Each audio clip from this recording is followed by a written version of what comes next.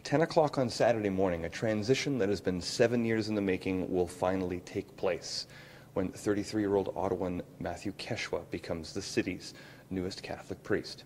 Well, it's a unique opportunity because often people are placed in parishes after they're ordained. But in this case, the parishioners of St. Monica and St. Andrew have gotten to know me for the last 5 months, so now they'll be able to witness that ordination. A ceremony which, as I mentioned earlier, is quite rare nowadays to see a Catholic priest ordained.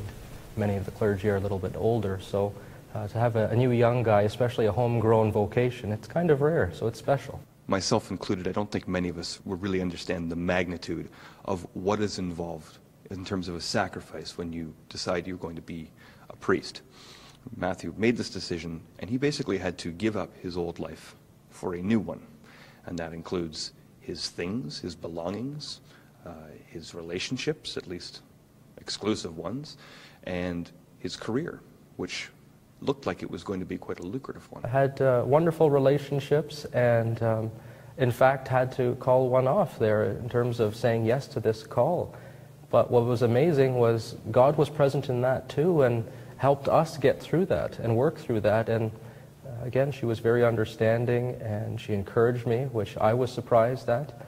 And yes, it's hard to say no to something, but whenever you say yes to one thing, you have to say no to another.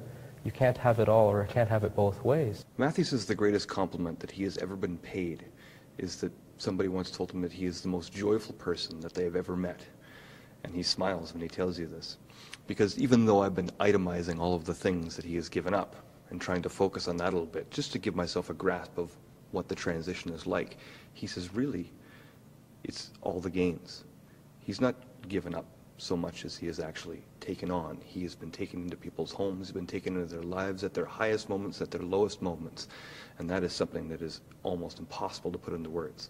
It's only after you've let go of a lot of worldly possessions that you realize how held down we are by them. So I'm free of all that, and I'm quite happy to be in this situation and to spend my life and to give this new time to other people, to be with them during difficult situations, to pray with them, to learn where they're at and to help them get through difficult situations in life, but ultimately to lead them closer to God. In Ottawa, Doug Hempstead for Sun News.